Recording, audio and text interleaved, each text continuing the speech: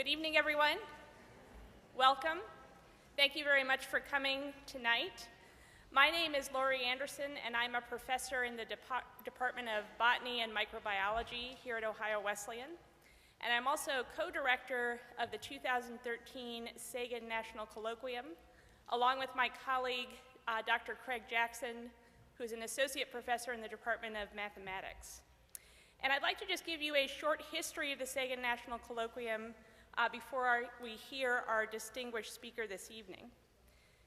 Established in 1984, Ohio Wesleyan's Sagan National Colloquium annually explores an issue of enduring and powerful social concern from multiple educational angles. The colloquium forges links between liberal arts learning and the lifelong civic art of informed, involved citizenship. In 1999, the colloquium was endowed by 1948 Ohio Wesleyan alumni John and Margaret Sagan, who tirelessly dedicated their expertise and energy to their alma mater throughout their lives, significantly benefiting the university and its students. This year, the theme of the Sagan National Colloquium is interdisciplinary impacts of climate change. And this is a very timely and important topic. I will mention that tomorrow, September 27th, is the date of the release of the 5th assessment report by the Intergovernmental Panel on Climate Change. Their first portion will be released tomorrow, and I invite you to visit their website and learn some more about this particularly important issue. This evening, we are very pleased to partner with the Ohio Wesleyan Department of Sociology and Anthropology and present Dr. Michael Dorsey as our Sagan National Colloquium speaker and as this year's Butler A. Jones Lecturer on Race and Society. I'd now like to ask Dr. Jim Peoples, Professor of Sociology and Anthropology at Ohio Wesleyan, to come forward and introduce Dr. Dorsey.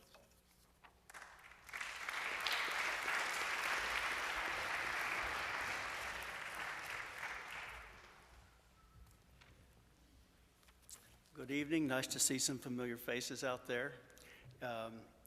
In addition to being our second speaker for the Sagan National Colloquium, Professor Michael Dorsey will be our lecturer for our 20th annual Butler A. Jones Lecture in Race and Society. So I'd just like to take a few minutes to introduce Butler A. Jones to those of you who don't know him or know of him, I ought to say. Known commonly to his friends as just B.A., or to some people as Professor Jones, he accepted a position in the Ohio Wesleyan Sociology Department in 1952, long before my time even, remaining in the program until 1969. He served as chairperson of our department for 6 of his 17 years at Ohio Wesleyan, and when I came to Ohio Wesleyan in 1988 and met Butler A. Jones shortly after, I learned from senior members of my department that he was very instrumental in making our department grow and developing the program into a full-fledged sociology department here. In 1969, Professor Jones was offered and accepted a position at Cleveland State University in the sociology department, and in 1982, B.A. retired from Cleveland State and came back to Delaware, not to teach, but to live with his wife, and he died in May of 2003. During this distinguished academic career, Professor Jones held important offices in the organization of professional sociologists. Most importantly, or most notably, he was one of the founders of the American Association of Black Sociologists.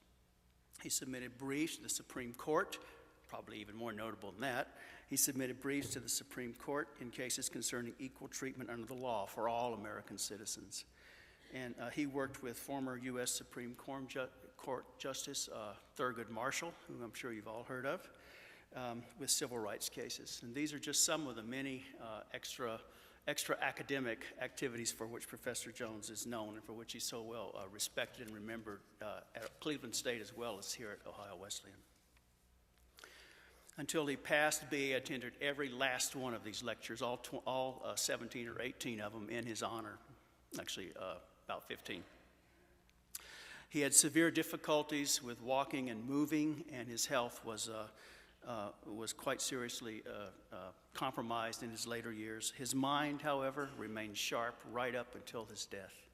He always appeared in the front row. Thank you for being in the front row. He always appeared in the front row and offered a very valuable comment to every single lecture that we ever had. So tonight we're delighted to have Michael Dorsey serving as our second presenter for the Sagan National Colloquium. His background appears up there. He's formerly a visiting assistant professor at the College of Environment at Wesleyan University. He received a bachelor's and a PhD, both from the University of Michigan, and he has 2 master's degrees, one from Yale and one from Johns Hopkins. He's authored numerous articles in journals and chapters in books dealing with topics like global environmental governance, environmental management, and sustainable development. One article of his that I read a couple of days ago is titled, I like the title, Green Market Hustlers, and it deals with the inequalities and risks of the global carbon market, commonly called cap and trade. Some of you have heard of that. Besides his academic work, Dr. Dorsey has worked with and advised governmental and public agencies. He served on the task force for President Clinton's Council on Sustainable Development back in the 1990s, and he served on then Senator Barack Obama's, you've all heard of him, environmental team for the 2008 presidential election. And in 2010, he was appointed to the Environmental Protection Agency's National Advisory Committee. In short, Dr. Dorsey is no mere academic, and I put that in quotes here so I wouldn't offend my colleagues. Dr. Dorsey is no mere academic. He's also been active in what OWU's Government and Politics and Government Department calls practical politics. Anyone here from there? So he's titled his talk tonight, well, it was up there, and he changed it. So, make it. So, Dr. Dorsey, please.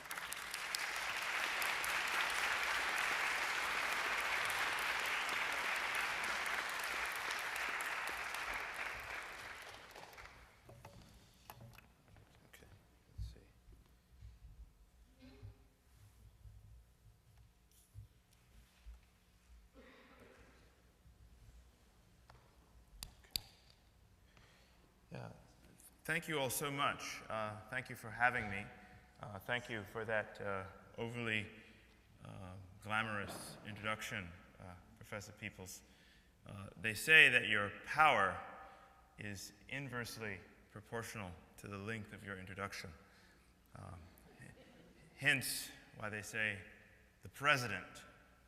Right? When I heard that, I thought, that must be why they say Madonna. But thank you for that really warm welcome. I really want to thank everybody here at OWU, as I've learned it to be called in just a few hours, for taking the time to make sure I got here safe and sound. Great thanks to all of the lovely staff and faculty that have facilitated my travels here, so definitely want to thank you all for that. This evening, what I want to do is, it's oftentimes difficult to give such a large, or a lecture to a large audience like this that's coming from a variety of backgrounds and disciplines, scholarly disciplines, and also from the general public. So instead of walking you through some of the more esoteric aspects of my research on the carbon marketplace and some of the new stuff that me and an old colleague at Dartmouth have been doing on actor network modeling of the clean development mechanism and those issues in that space, what I wanted to do is look sort of very narrowly and broadly at this notion of climate collapse versus climate justice. And some of the thoughts here are coming from a forthcoming volume, a book of mine forthcoming under the general title, Climate Justice. And I want to focus your attention there in part because I think it really speaks to the spirit of the Sagan National Colloquium, focusing on the interdisciplinarity around looking at climate change. And I think it also, by looking at not just climate collapse, but looking at climate justice, it gives us an opportunity to think about some of the, I think, the spirit and the orientation of BA in his effort, and the Butler Jones speaking the spirit of that seminar series as well. In part, I'll say briefly that climate justice, in a sense, and I won't spend too much time on this in the talk, it's a derivative of some ideas about climate justice, which I had the opportunity to spend this afternoon lecturing in the course on race and class, one of your sociology courses. And environmental justice, it's the space from where climate justice emerges. That's rooted in a conversation that's been taking place over about 20 years, responding to the problem that we have in this country of what some scholars and colleagues refer to as environmental racism. This talk this evening is not about environmental racism.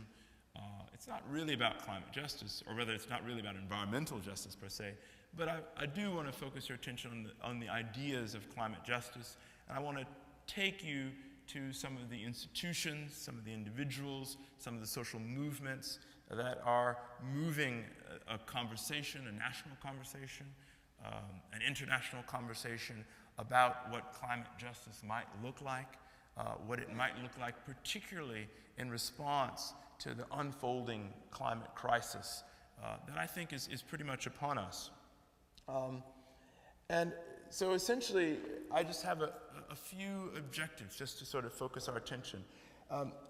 I want to really try to have us understand what I think are the real climate debates and what the real debate in climate policy is, and why that's important to understand that real debate. And I think that's really especially important for audiences in this country, in part because in the press and in the media, we get told about a certain debate in the science, as it were. We get told about certain kinds of, let's say, doubt and denial about climate policy.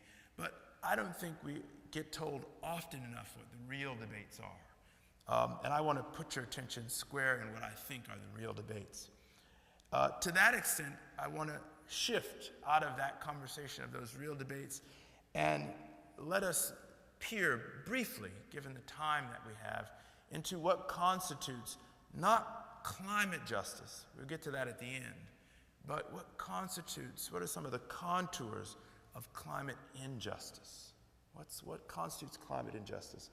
And then, by way of conclusion, I think it's important to not just have a narrow American conversation, but to really open a broader, multilateral, transnational conversation. And I think one way to do that is to begin to talk about what's the state of play at the multilateral level, and what are the implications? What are states or governments doing at the global level within the course of the multilateral negotiations? And how are they making space for or obstructing space for climate justice? And if we have some time at the end, I want to highlight, because I think it falls within the spirit of these two lectures coming together. I want to highlight not just what you can do, but I think what many of you are already doing. And I was hedging my bets by saying that and putting it up there. But I'm well aware that many of you are actively involved, both at the local, state, at the national level, and some of you even at the international level. And proof positive of it could be no more in walking in the door and getting this handout from one of your local social movement groups, the Sustainable Delaware, Ohio group. No better example than to see what some of the groups are doing than to just have folks here at the door moving the conversation. So all of that little short précis of what I'm going to talk about should also flag some things that I won't talk about. But maybe if we have time at the end, I'm not really going to spend time on the list of sort of solutions that people are talking about, the lists of alternatives to market-based approaches, the kinds of new architectures, the variety of local policies and state initiatives and regional activities like the Regional Greenhouse Gas Initiative in the New England states.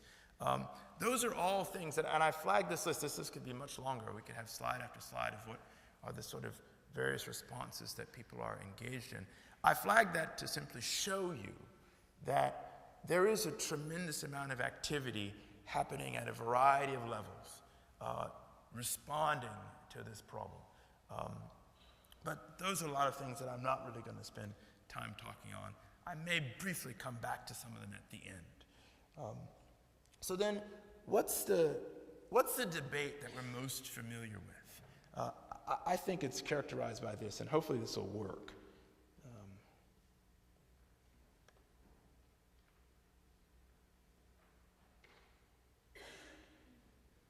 And I'll just cue this up first, but I'll say that this is an elected member of the Congress offering some of his thoughts about what some of you may think or may not think, and how he thinks you guys will fare going forward. And he gave this comment, as you'll see.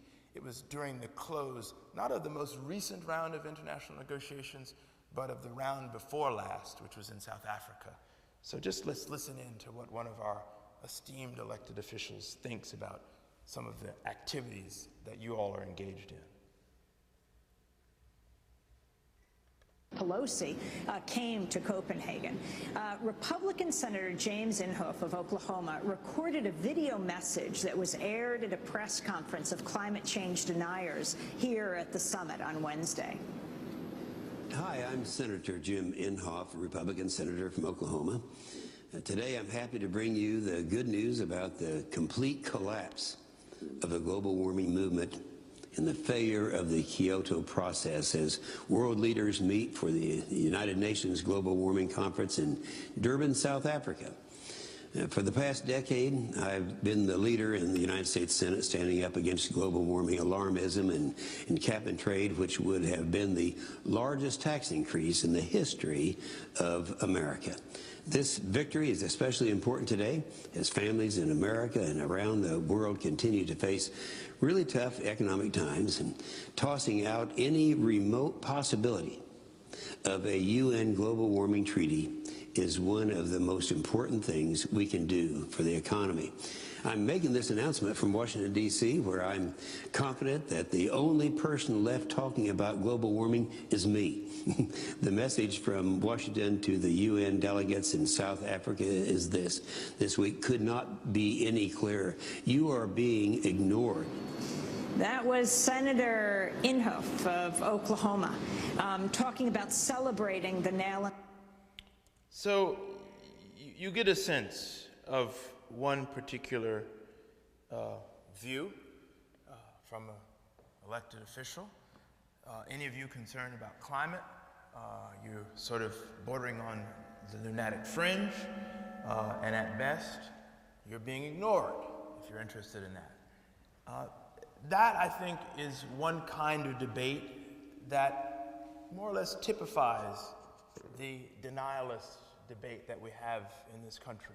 You have various sides, and you see these, you know, in the news media, in the print, in the press, in the New York Times.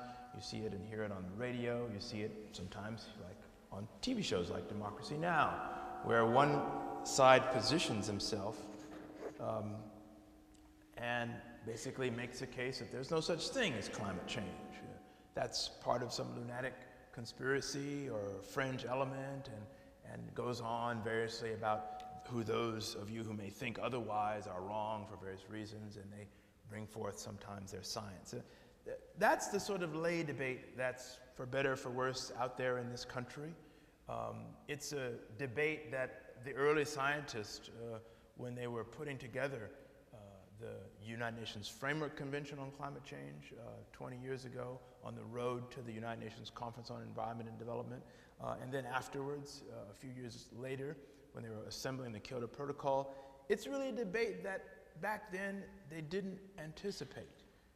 Who would have anticipated that a sitting member of our great Congress would be in denial of sort of basic science and whatnot, and would be joined by, you know, seemingly groups of others.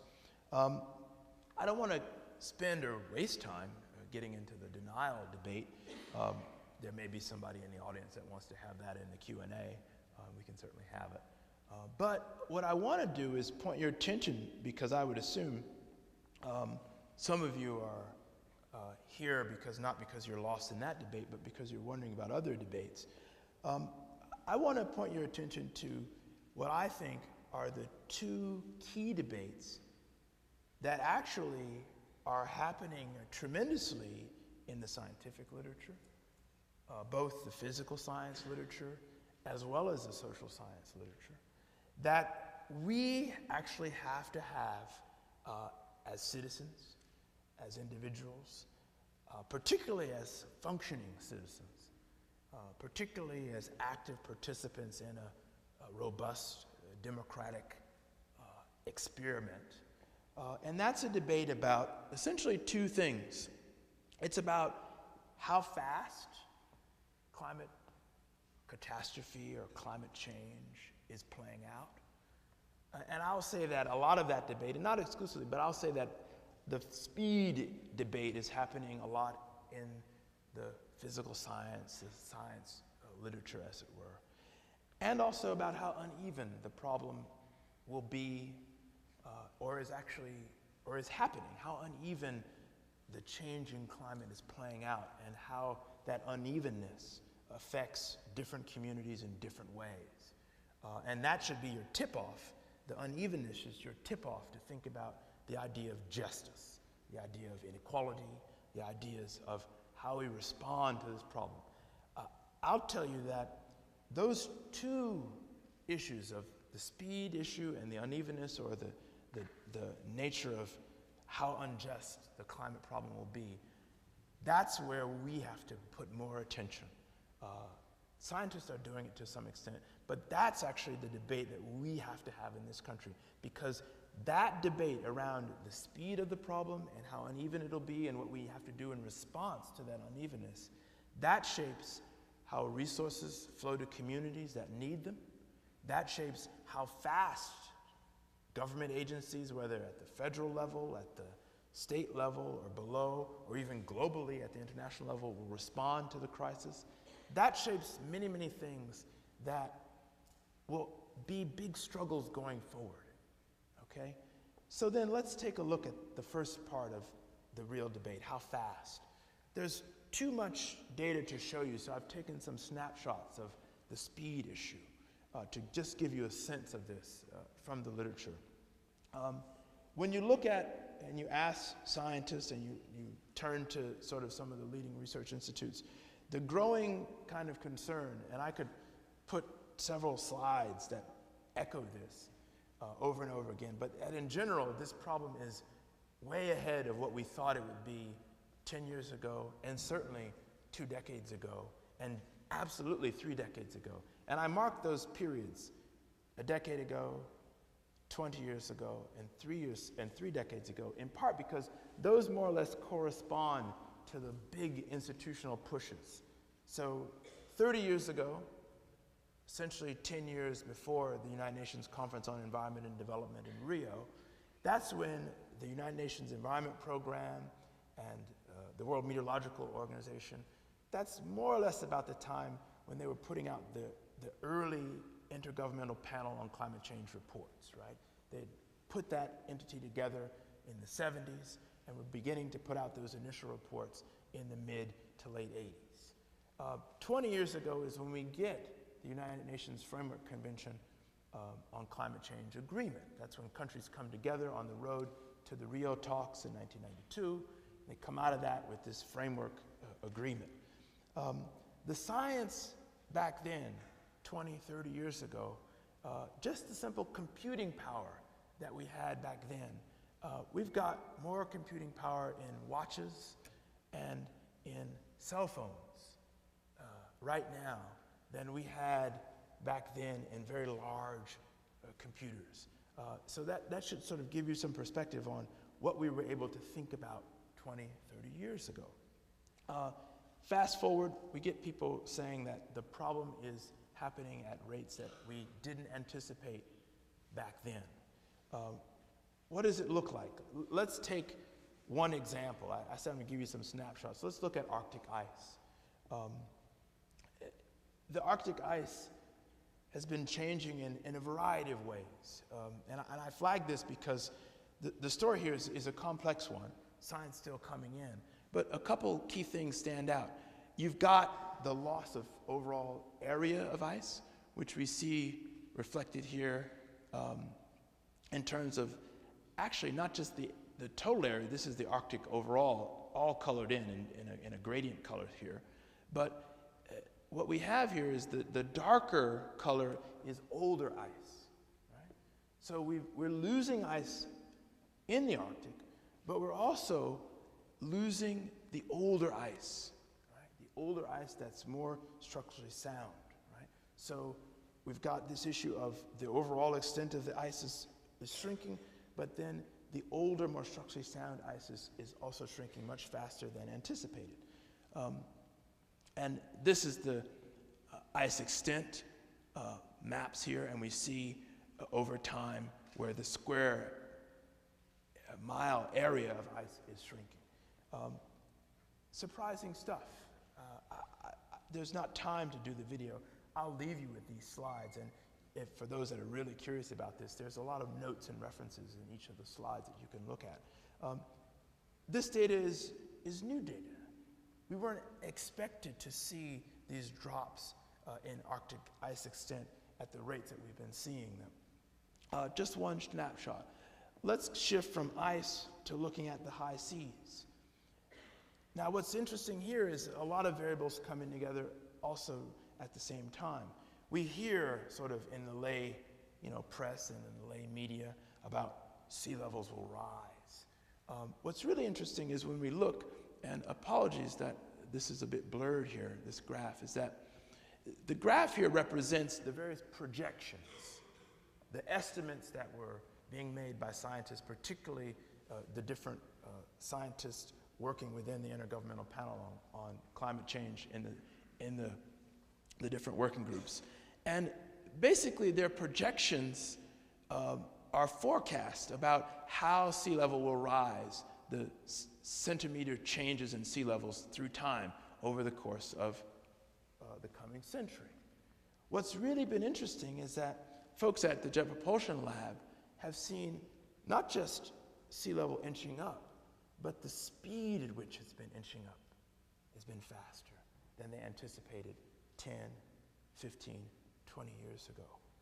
What's really interesting, though, is if you remember that slide from before that I had, and you guys are maybe having a little bit of difficulty down here seeing the corner, but down in the bottom left here, that's the slide from the previous slide, and we take the projections that come out of the IPCC science groups, those sort of graded tail on the end, and when we look out in the empirical world, we see that the empirical observations, both from the tide gauges as well as from satellite observations, we find that the empirical data is on the upper bound of the projections, right? So that's a surprise. So the best modeling over the past several decades since the IPCC began, when we go out and look into the real world, we see, in this case, just for sea level rise, we see that what we find out in the empirical world puts empirical reality on the upper bound of the best projections. And I translate that as cause for concern. And it's surprising. This has been the surprise that's being discussed in a lot of the scientific literature. Take another snapshot again. So we have ice, we've got sea level rise. This is one of my favorites. This is the projection of world carbon emissions disaggregated by country. Here we are in this kind of purplish color here. And this blue one, that's China, right? That's China. And the projections for China's total emissions to surpass the US used to be out to about 2050. The thinking was that China, in total emissions, not per capita, but in total emissions, would pass the U.S. about mid-century. That milestone was passed in '07. Okay? I could go on, but there are many examples of the surprises in the data, the surprises in the empirical data that point to a worsening problem, point to a problem happening in worse ways faster than anticipated, faster than thought, and worse than the worst projections.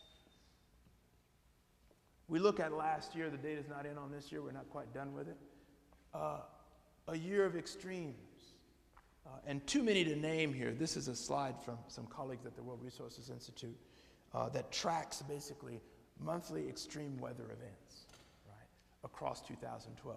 They're still doing the data for 2013, but it looks like, again, we'll have record extreme weather phenomena again that most people associate probabilistically with the changing climate, right? So all that was snapshots of how fast this problem is. Debates that are happening in the scientific literature. What about the second debate that I told you is happening? What about this unevenness issue? What about climate injustice? What does that look like? Well, we turned to some colleagues at the World Bank and the World Health Organization, the WHO, and what do they show us? They show us that we've got an interesting problem here when they look at who's the most vulnerable to the changing climate system. We see that vulnerability is concentrated in this russet region, which is the developing world, or what we call the global south. Right? Those who are most vulnerable are concentrated in the developing world. What's another way of looking at that? We look at the yearly Maplecroft Climate Risk Report. New one's just out. This image is from the 11 report. The new one, they changed the colors, but the link is in the slide for those who want it. But the story is essentially the same. It's been the same, where we see not just what the World Bank and the WHO told us in terms of the concentration of those who are at the extreme risk being in the global south, but we see them in particular places in the global south. We see an overwhelming concentration of people at extreme risk to unfolding climate change in Africa. We see them in the high Andes, Bolivia, Peru, Ecuador. Ecuador is interesting for me because it's a place where I learned how to ice climb and do winter mountaineering. The particular set of glaciers that I learned on, for those of you who may have been there or may look this up, were the Ilinisas. I learned how to do self-arrest with an ice axe in the Ilinisas on a glacier that doesn't exist anymore. I learned how to do self-arrest on ice that's gone on the glacier of the Ilinisas in Ecuador. So not surprising then, those that are dependent on glacial melt and water from those glaciers that are in Ecuador, in the high Andes of Peru and Bolivia, they're at the most risk to this change. We get this in Maplecroft. We also see risk concentrated in the upper Himalaya, right? We go back to the UN, and another way of looking at risk, another way of thinking about who's harmed in what way and unevenly.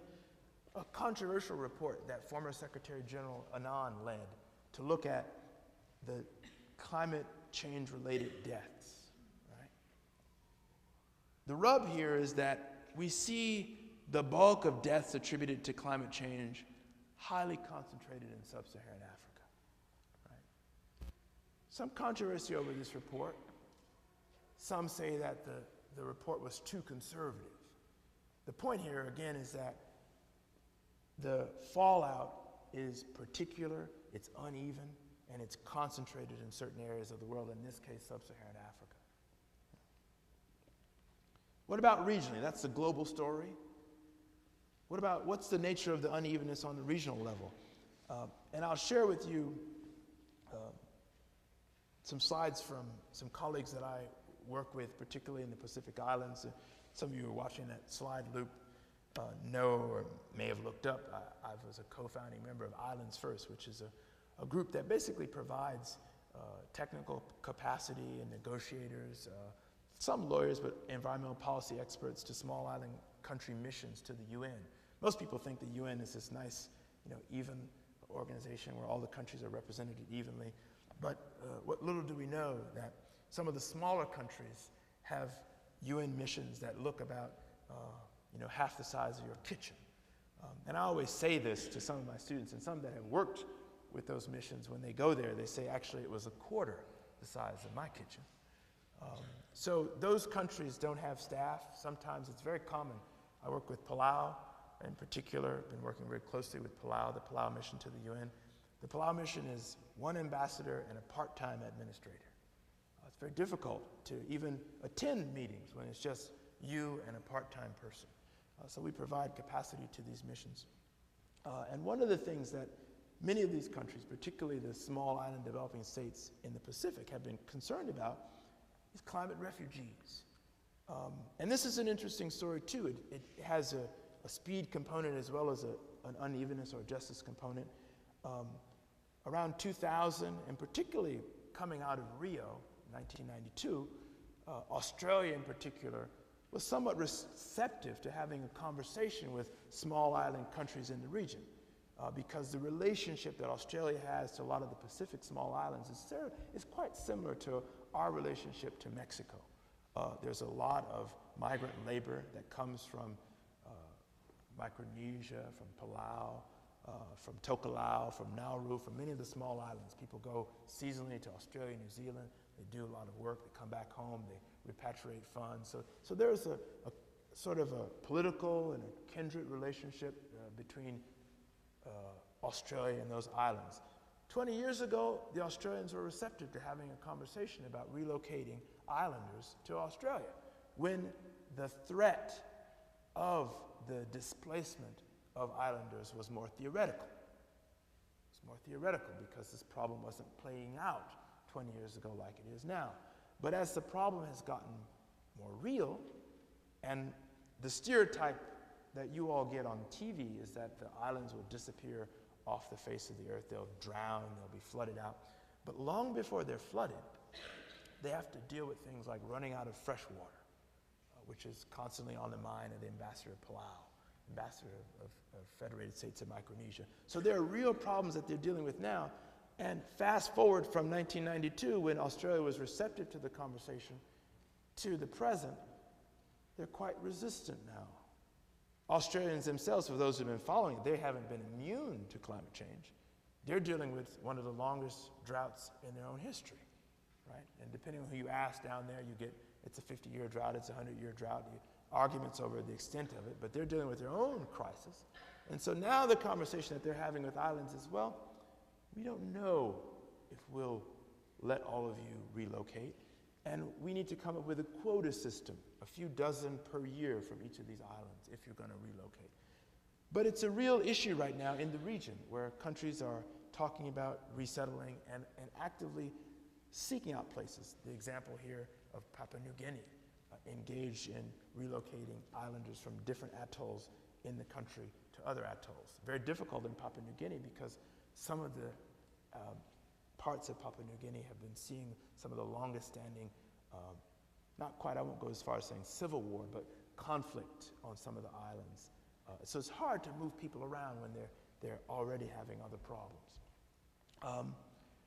Give you a quick look at the 2011 Oscar nominee.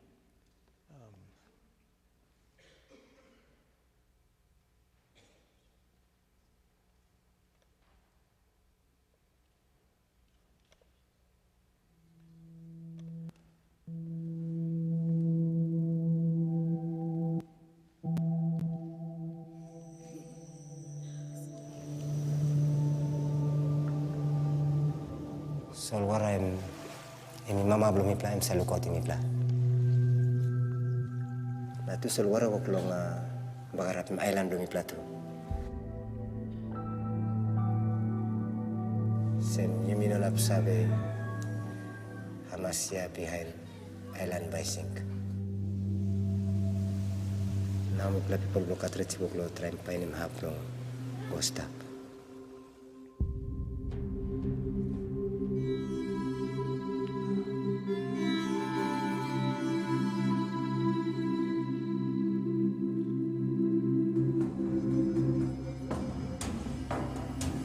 Misa harimlo sa mlo yupla lo katres, you are easygoing people lo here e minora plakain olgeta. Oli ami planitim relocation. Because lo solwara emi go antapa, change lo climate na. We just have to accept these people. They are our brothers.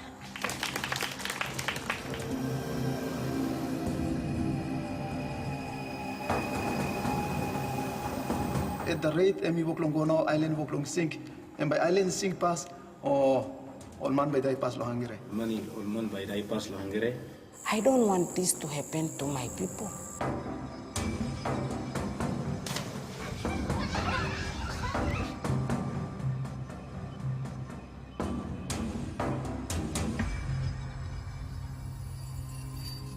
If we come here, we will not be the cartridge people anymore.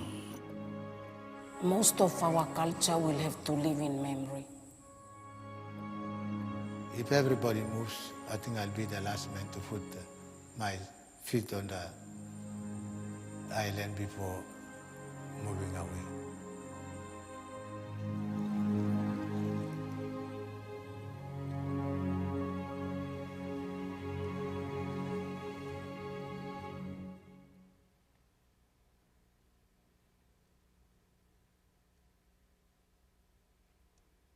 So Jennifer and Tim didn't get the Academy Award in 11, but they were a nominee.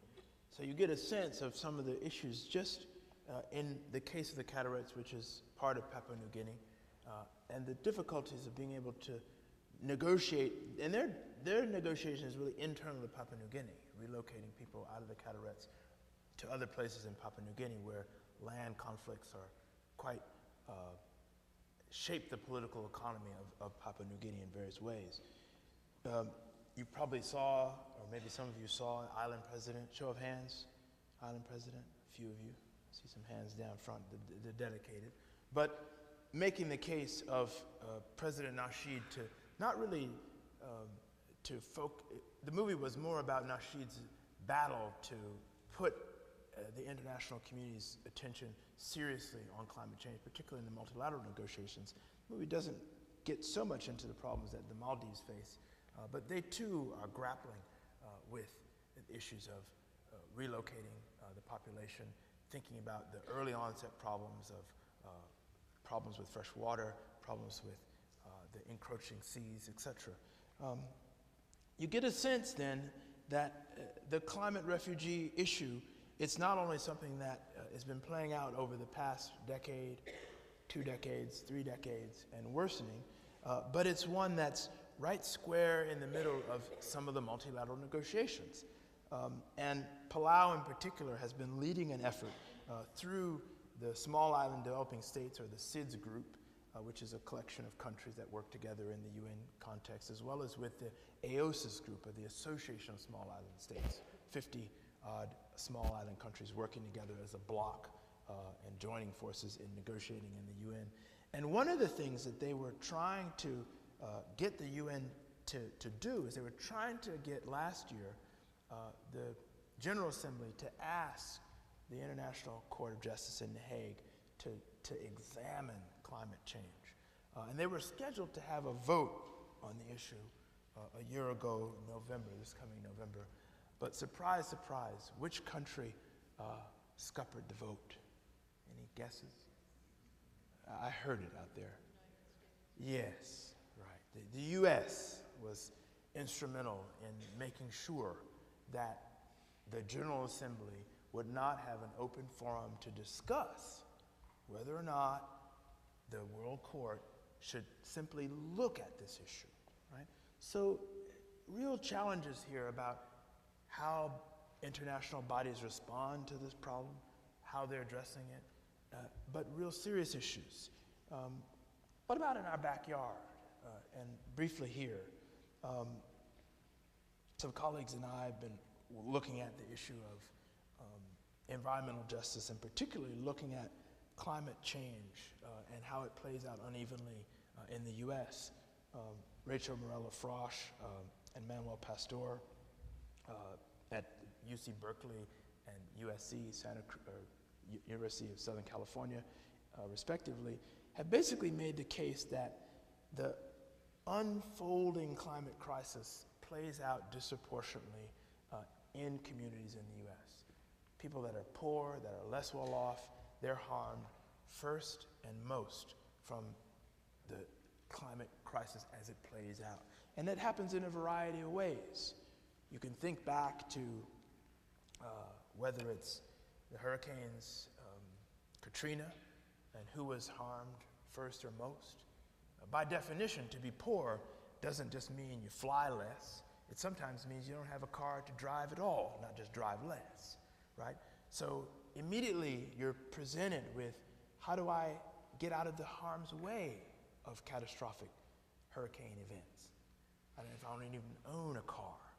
How do I utilize public transport that's been closed down in a city like New Orleans to get out of the way of a storm?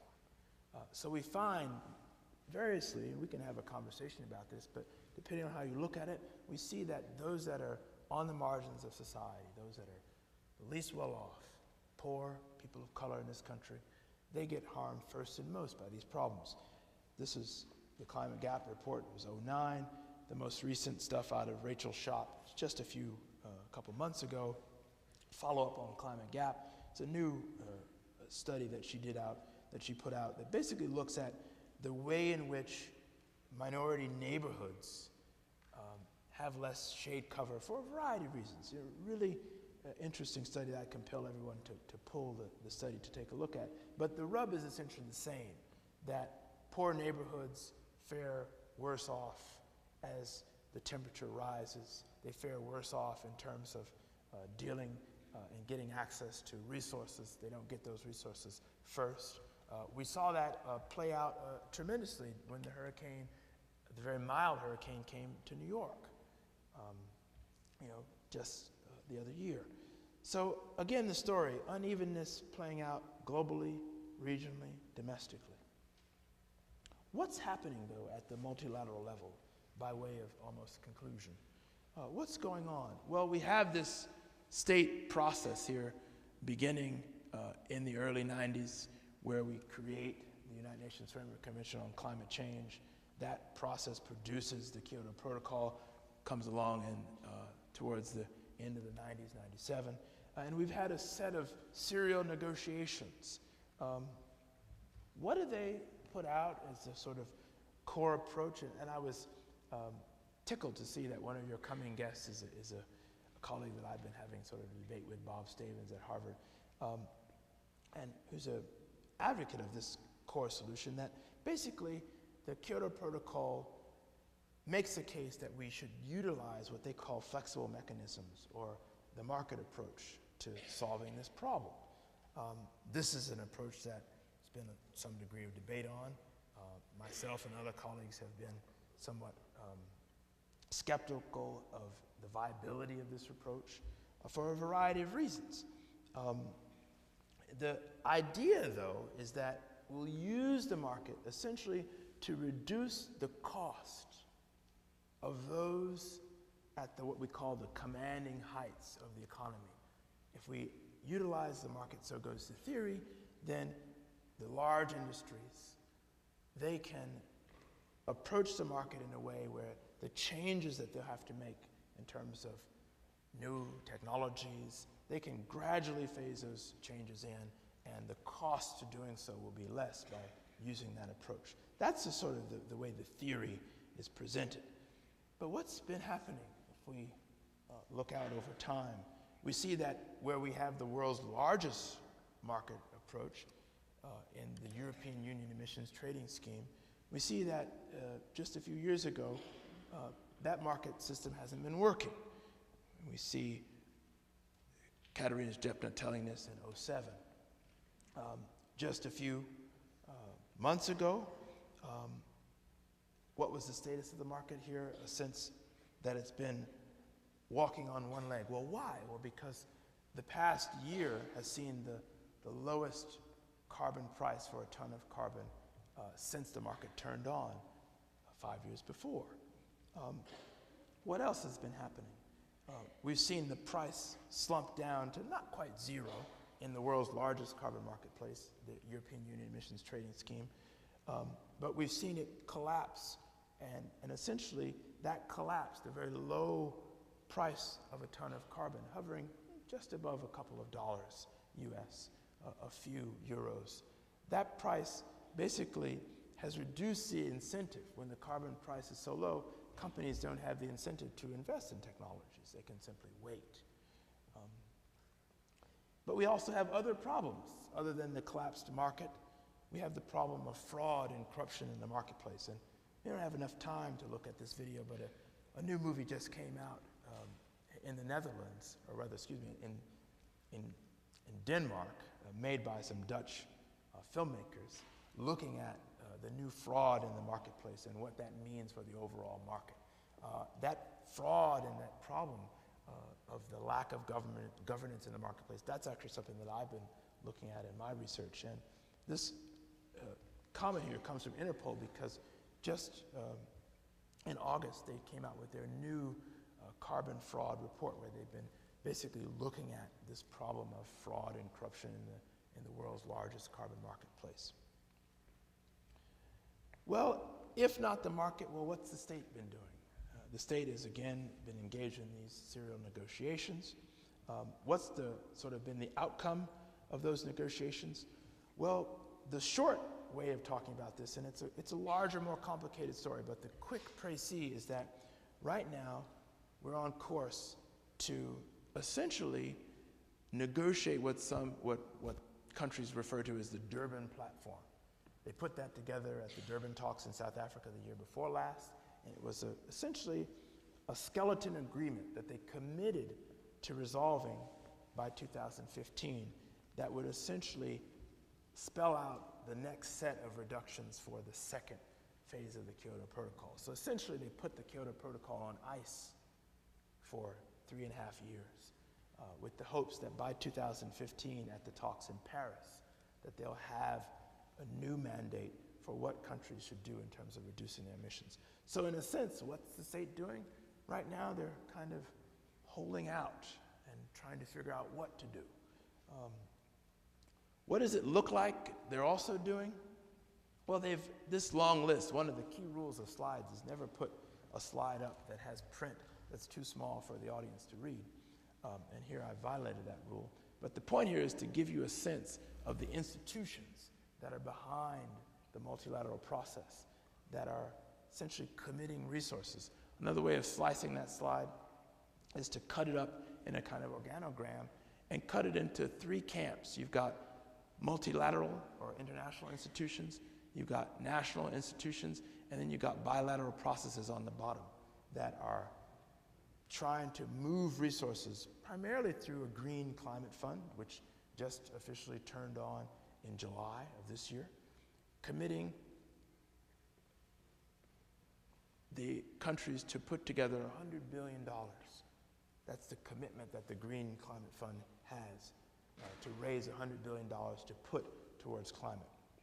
What's the data say that we perhaps need to think about? Well, some say the 100 billion, which is essentially 97 plus some change, is too low, right? Some say that the idea that we need just 100 billion, which is what the multilateral community is committed to, is too low. Some say that we need perhaps as much as $10 trillion to tackle the problem. So there's a debate over how many resources and how much, just in terms of absolute dollars, that we need to tackle this problem that's playing out. But then I told you I wanted to tell you about the response to all of this by way of conclusion, about climate justice. What's climate justice look like? It looks like social movements acting at the local level. It looks like social movements and organizations and institutions acting at the regional level, at national level, at international level. At the local level, you see groups like We Act for Environmental Justice, a New York-based environmental justice group initially, making the case in 2009 at the start of the last term, the first term of the current president, that we need to really focus our attention on climate justice, advancing climate justice. And they brought together folks in New York, not just New York-based groups, but groups from around the country, to move a conversation about what would climate justice look like. They're having an active dialogue with not just local officials, but with national officials. Here we see the former EPA administrator, Lisa Jackson. Her first public talk when she became administrator was at this conference shortly after the election in 2009. So we see local groups coming together in municipalities like New York, where We Act for Environmental Justice is based, but moving a national conversation about advancing climate justice, and doing it from an orientation that comes out of a practice of thinking about environmental justice. We also see at other levels a conversation taking place amongst social movement groups.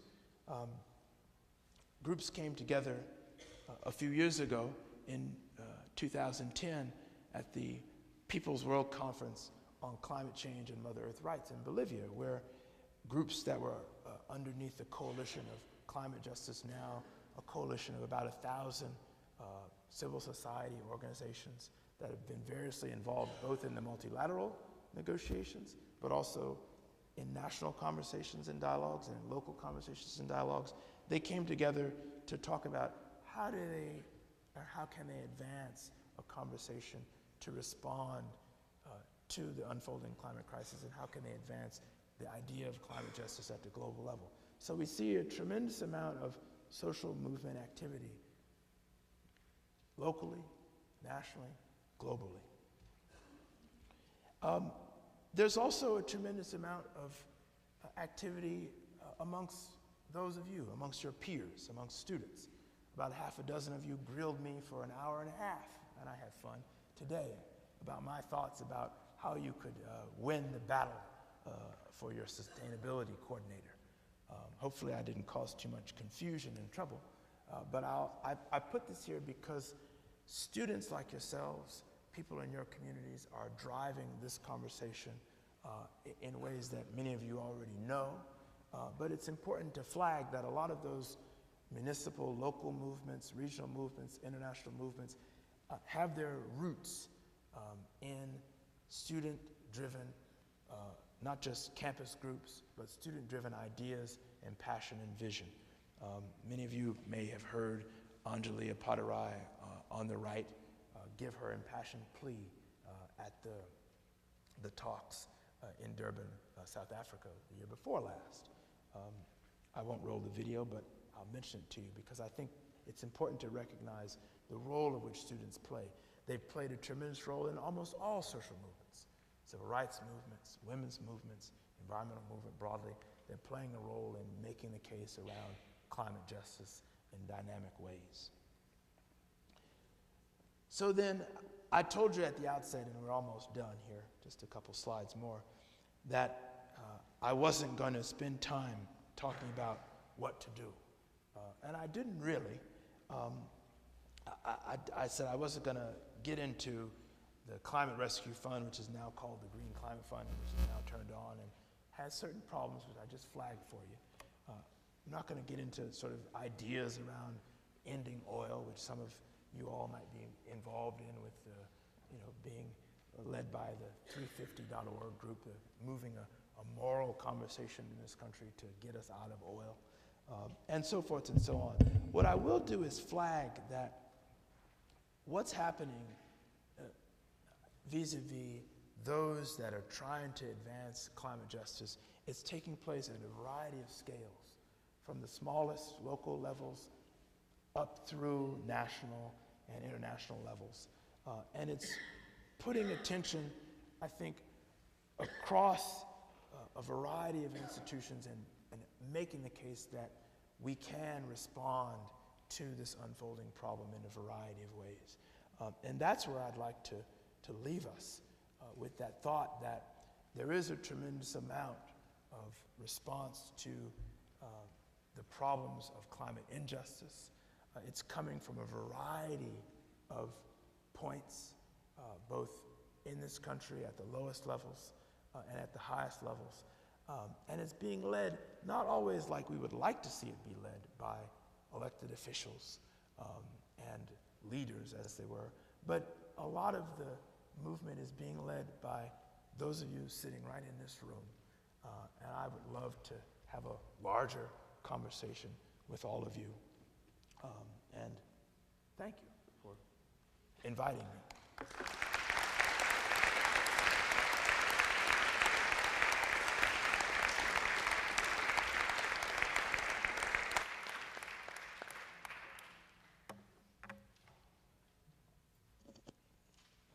Thank you very much. I would just like to invite a little bit of question and answer. We have a microphone over here we'd like to invite you to use so that everyone can hear your question and we can have a little discussion with Dr. Dorsey. So questions?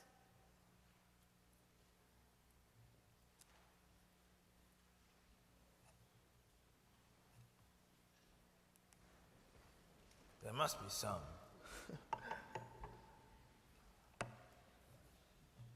The problem is an existential reality. For the people of Carteret Islands, existential reality. I live here in Ohio. We don't have any hurricanes here. We don't have any frost. We don't have any great floods to speak of, but they're under control. How do we make this so that people really get thrown up about it here in the Midwest? Well, you know, I think that you're fortunate enough to not be the victim of, as you say, hurricanes. It just so happens that Ohio does have a fledgling coal industry. It has the problems of dealing with changes in temperature, and I'm not quite sure the threat is so existential. I think 10, 20, certainly 30 years ago, the thinking was not that this problem would be as severe as it is. And I think the way in which even the current sort of young generation is changing its attitudes about how to live lives and how to be and live in the economy, I think that reminds us of the lack of this sort of ephemeral existential threat. The new phenomena is cropping up now. Young people, it's not only that they don't drive as much as previous generations, but a new thing is happening where they're not actually buying cars. And this is creating a particular quandary for those folks up in Michigan. But I think there's a tremendous amount of activities that are going on that in really many ways don't, how can we say, people have gotten over this existential crisis and realize that there's a tremendous amount that they can do and are doing in their communities, even if they don't face some of the threats that you sort of said are out there in that existential space. I think it's actually happening.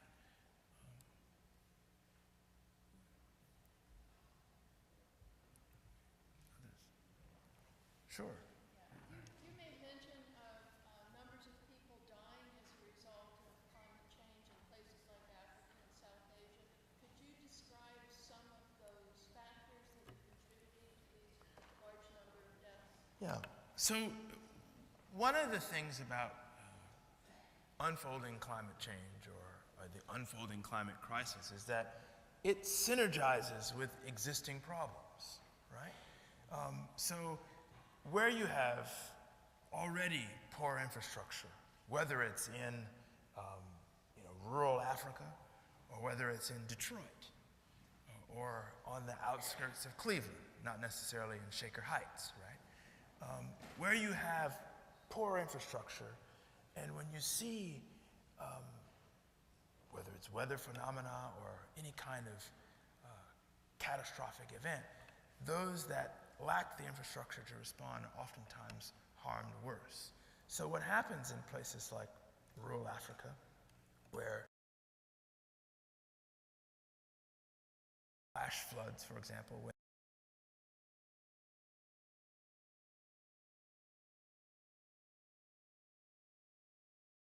sufficient or infrastructure to respond. So there's a synergy where the extreme aspects of the unfolding climate problem feed on the already, I'll say, weak infrastructure issues that aren't just unique to or only in sub-Saharan Africa or a handful of countries in sub-Saharan Africa, but indeed are present in places like the poorer parts of Detroit and a great many of our cities in the US. So those problems, they cycle back on each other. And actually that's the core work of Rachel Morello-Frost that she's been looking at is, let's look at if one part of climate change is rising temperature, which, particularly in certain areas of this country, that's the case, and the models predict that. What happens if various urban areas that don't just lack shade trees, right? If temperature rises and you lack shade trees, then you'll be worse off from that rising temperature. But what happens in urban areas that lack nice fancy malls where people can go to cool off, that lack sort of some infrastructure that many of us may take for granted? Well, what happens is that in those places that lack those kinds of infrastructures, people that are typically on the margins, not always, but they'll be worse off. And that applies not just to the poor, it applies to the elderly. We saw that a lot in Irene, where when New York went black, in some areas of New York, New Jersey, and Connecticut, not just for days, but for weeks, havoc was created for elderly that didn't have the capacity to go not just 3 flights of stairs, but 10 or 15 flights of stairs, right? So they were harmed because of these structural problems. And it plays out in Africa variously, and it plays out in the US variously as well.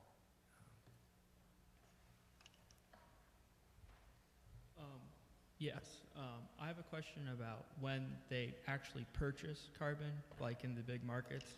Are they actually pulling carbon out and selling tons of carbon?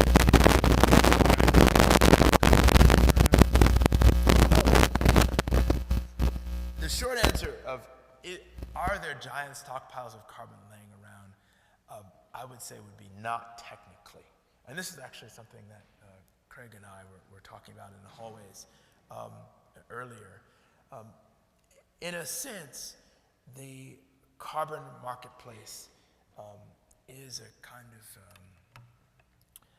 I'll call it a nicely, I'll be careful here, a nicely structured commodity that's based on assumptions about what different emitters are emitting or are not emitting. There's a longer answer in here that we may not have time for, but the short answer is that they've built the carbon marketplace based on what regulators and polluters believe is being emitted. That's the short answer. So there isn't this building you can go to find the tons of carbon sitting off somewhere. All right, I just have one little follow-up to that then. What is the money doing then? Well, now, so this is an interesting question. The money is maybe doing, well, first of all, right now it's not doing that much, right? Because the price is depressed. So the European Union Emissions Trading Scheme is suffering from a liquidity crisis, meaning that they don't have a lot of capital in the market. And for the first time in its history, since it started up 5 years ago, this year they suspended trading in Europe for, I want to say it was 5 days, essentially not quite a full trading week, but they suspended trading because there were so few trades taking place, so they turned the marketplace off. Theoretically, the idea of the marketplace is that as the price of carbon rises, if it were to rise, it's been falling, and this is part of the problem, But as the price of it rises, that higher price that companies would have to pay to buy credits, that would incentivize them to put into place technologies that would reduce their emissions.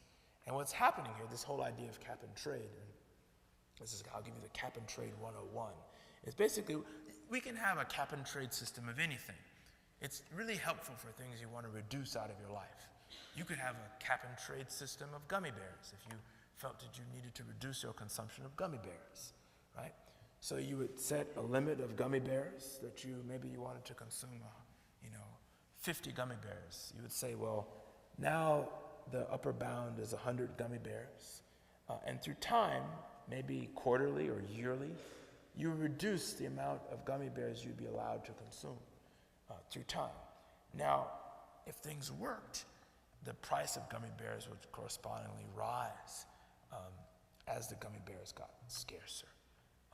And you would be incentivized, presumably, if the price kept going up and the cap was being ratcheted down, you would be incentivized to kick your gummy bear habit.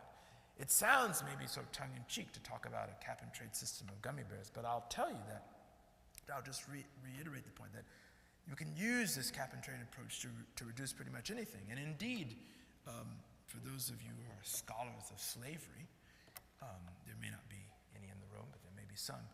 Some of the initial proposals, particularly in the UK, to prohibit slavery back in the 1800s when they were having those debates in the Parliament, William Wilberforce and folks, they were essentially, some had advocated a cap and trade approach to reducing slaves. That basically we would ratchet down the numbers of slaves in the system through time. So essentially with the money, though, is that we see companies making investments in technologies that would be cheaper than paying to purchase credits to essentially have the right to pollute. That's basically what the credit allows you to do, if the system works properly. We can talk offline about why it's not working properly the way it is. Oh, okay. Hi. Yeah. Sorry. Yeah. Hi. Hi. Can people hear me? Okay, hi. Sort of bringing this more back to like a sociological question. Yeah. I noticed on one of your slides that the people most possibly affected by these changes are people in South America and on the continent of Africa. And these were people, obviously, that fell victim to imperialism and thus capitalism. And as we move towards a more globalist and globalization takes over and capitalism spreads all over, I was sort of wondering what your thoughts were about possibly the changes that we need to make in our capitalist system. Obviously, development is a Western concept, but in that we're sort of destroying previous, peoples who really didn't contribute to these climate changes, but they're going to bear the brunt of it. So I was just wondering what you would think about what we need to change. Well, I have some thoughts on that, but I'll say that conversation is being led by a handful of countries themselves in the global south. And it's also being led by some of the social movements. I go back to the slide of the conference in Bolivia that took place in 2010, because in part, that was a really interesting conference. And I didn't say this when I put the slide up before, but the conference was jointly sponsored by governments who openly invited non-governmental organizations, civil society, individuals, institutions to come to have precisely this conversation, to have a conversation driven by some of the thinking from the Bolivian president, Evo Morales, and others, particularly in Latin America, who have, and there's a debate on this, right? Some say in the main that they've been moving a conversation to rethink and retool capitalism. I'll offer to you that that's a conversation that even sort of leading capitalists have been grappling with. They've been particularly grappling with it since the collapse of the world's economy, which left many of them sort of scratching their heads. But it's a conversation that's happening, for the most part, along the margins of the negotiations. But it's a conversation where I think is embodied when sometimes folks talk about, well, we need system change and not climate change. And that's sort of a moniker or a reference to we need to retool the economy. And this is something we talked about this afternoon. I made the comment that someone was asking about sort of a similar question. They asked a similar question. And I said that right now, there's an analog between the way in which we were thinking about, there's a temporal analog between the way in which we were thinking about coming up with this brand new concept that we now take for granted, the GDP, which is something that economists were toying around with essentially in the late 1800s, right? And they get the idea to be imposed essentially in 1920s, 30s, really. And since then, it's sort of taken off. I'll say that we're in a similar, a mirrored kind of, coincidentally mirrored time analog where there's a robust conversation, not just happening amongst social movement actors and, you know, quote unquote, radical left-wing, you know, presidents like Evo Morales or Correa in Ecuador or now Maduro in Venezuela and whatnot. But it's also happening amongst the sort of more staid colleagues of mine like Rich Howarth, who's the editor of the journal Ecological Economics, right? And which is the flagship journal for the International Society of Ecological Economists, or Ecological Economics rather. And that conversation, it mirrors the conversations that mainstream economists were having in the late 1800s, early 1900s around how do we rethink the economy? One of their big path-breaking answers was, you know, GDP and what's that, and implementing that. I think that there's now a moment where ecological economists and others as well, mainstream economists, are beginning to put together the pieces. They're definitely not there, but they're coming. And I think that there will be a kind of a merger between some of the more radical ideas about changing the economy and what some of these ecological economists are proposing and putting together. So, I don't know, how are we doing on time? We're doing fine. Okay. There's time for a couple more questions. Sure, okay.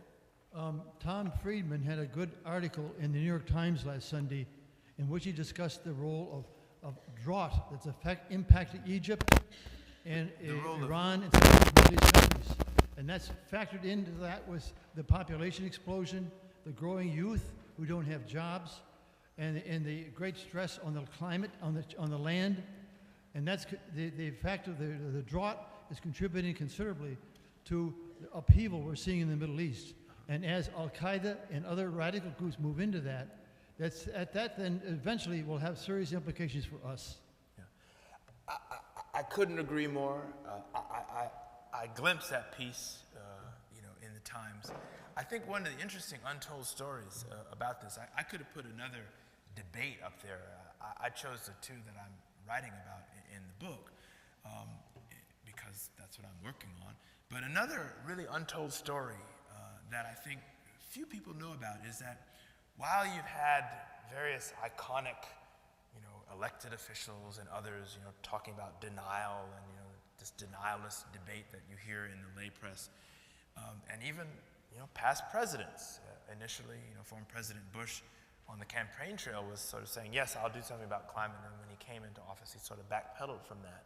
What was interesting is that during his tenure, former President Bush's tenure, the various intelligence agencies were really pushing ahead on thinking about the way in which climate problems and climate-related problems have security implications, whether those be from exacerbated drought and so forth. That's another untold story. The CIA was aggressively getting new research and contracting new research to really understand what will happen if, you know, we go back to those slides of the risk concentration in sub-Saharan Africa, in the high Himalaya, in the high Andes. What happens in those societies that are already fragile? What happens, and what do we do there? The Army itself has been particularly, I'd say, leading the renewable technology push, in part, not just the Army, but the military, the whole military, all of the services, Army, Navy, Marines, because they recognize, and to put it crudely and bluntly, as they oftentimes do, the enemy's got the oil, right? And if we're going to fight a war, we need to have the ability to power the machines that we need.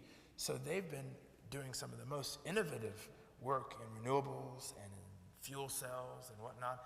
And even today, and this is a conversation that some colleagues and I have had at a retreat that was sponsored by the Rockefeller Foundation about a year ago on the sort of the future of renewables. And someone pointed out that most of the solar technology that we have, up until very recently, up until about the past sort of 4 or 5 years, because we've seen a boom in the technology, but up until 4 or 5 years ago, the bulk of that solar technology was essentially spin-offs from military applications. Right? That's been the space of innovation in the solar front for the most part. So I would just flag that as a space where things are happening that we don't always oftentimes see when we listen to other conversations, and I appreciate you making the point.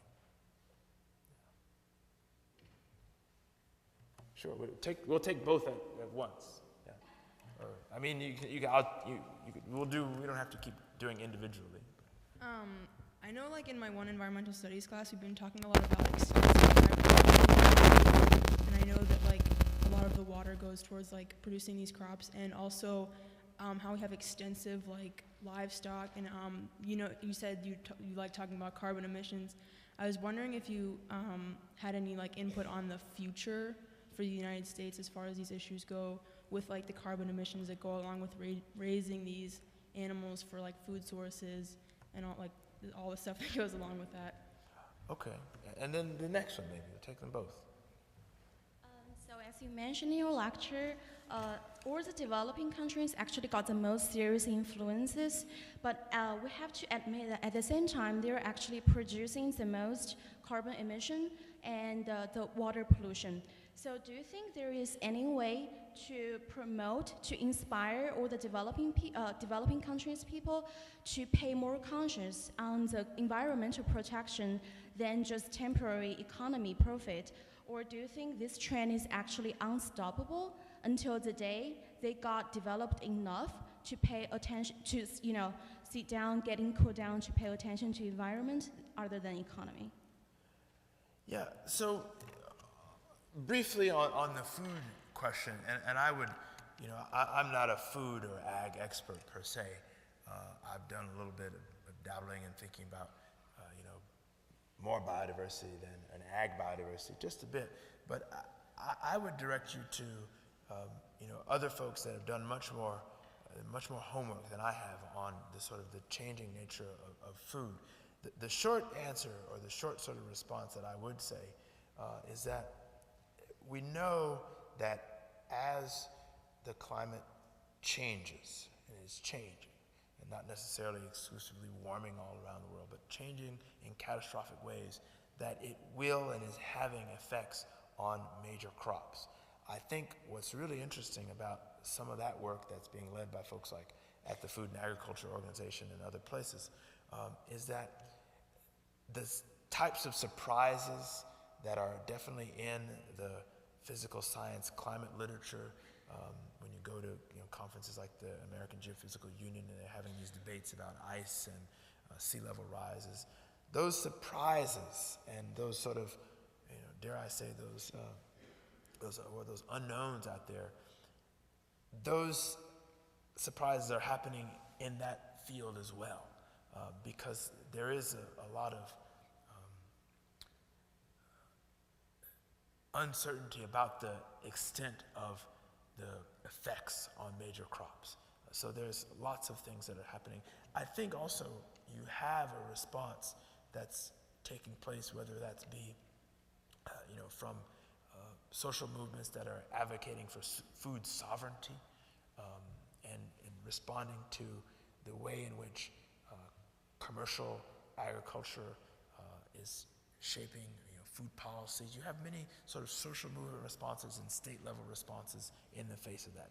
That's what I'll say on that. In terms of LDCs, and you were saying developing countries and whether or not, how can we get them to focus on the environment as opposed to over economy? I think there may be, and this is maybe one of these untold stories or stories that's not told enough. I'd say in the developing world, there's a tremendous amount of interest and focus on the environment and a tremendous amount of concern about retooling the economy, with the friend here who asked at the other mic.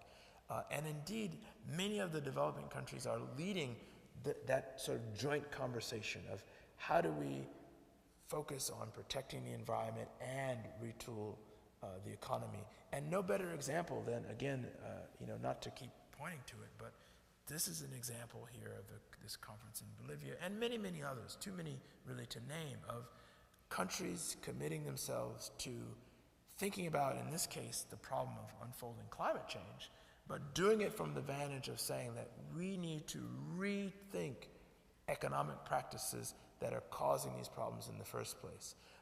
And I think one of the really interesting things, many people in the lay press and the New York Times and the media point the finger and say, China and India aren't doing anything. And then oftentimes in climate negotiations, people say, the OPEC and the Saudis, those are the boogeymen, the evil, they're slowing the negotiations down, they're dragging us down. Nothing could be further from the truth. Some of the largest solar installations have been already built by the Saudis, right? They've been having a conversation within OPEC that doesn't really get much light of day, but about how do we turn off oil? Because people that are running OPEC, they're not crazy or ignorant. They believe in science, unlike some of our elected officials, right?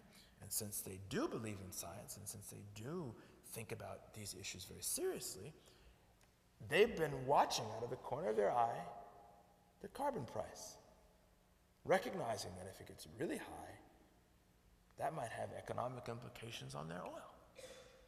And in order to get out ahead of the curve, Ecuador, it's been in the news very recently because the current president, Correa, backpedaled on this, but Ecuador a few years ago came up with a proposal.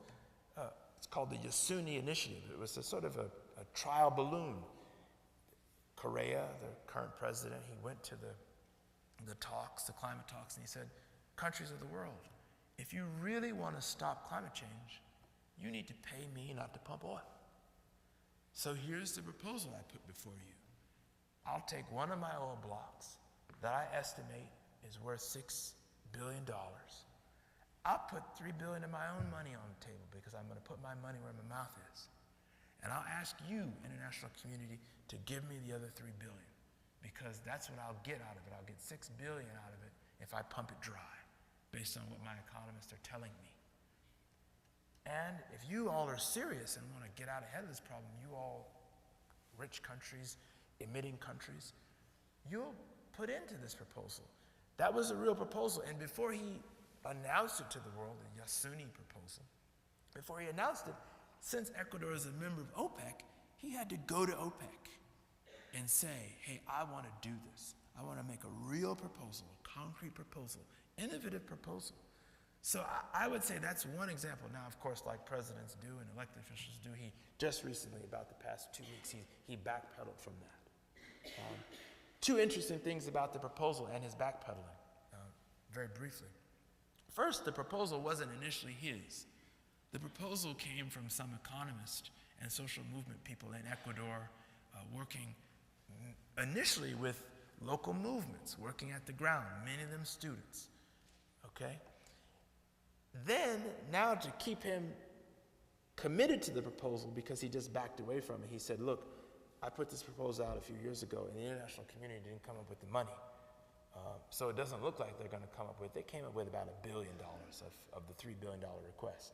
He said, well, we can't wait forever and we need that oil. And the world didn't want to do it. So we go back and start pumping the oil. Now the response has been a dynamic response.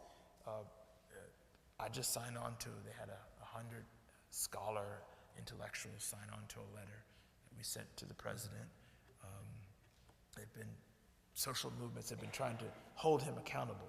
The point is that there's a tremendous amount of ingenuity, innovativeness happening in the global south, happening around both economic ideas and environmental ideas, and trying to think about how to solve this double problem of the problem of capitalism that the woman raised, and also how to, have the economy serve people in new ways that don't produce some of these 20th century problems as we go forward into the 21st century. I think that's what we've got for time, so let's thank Dr. Dorsey again. Thank you all. Thank you.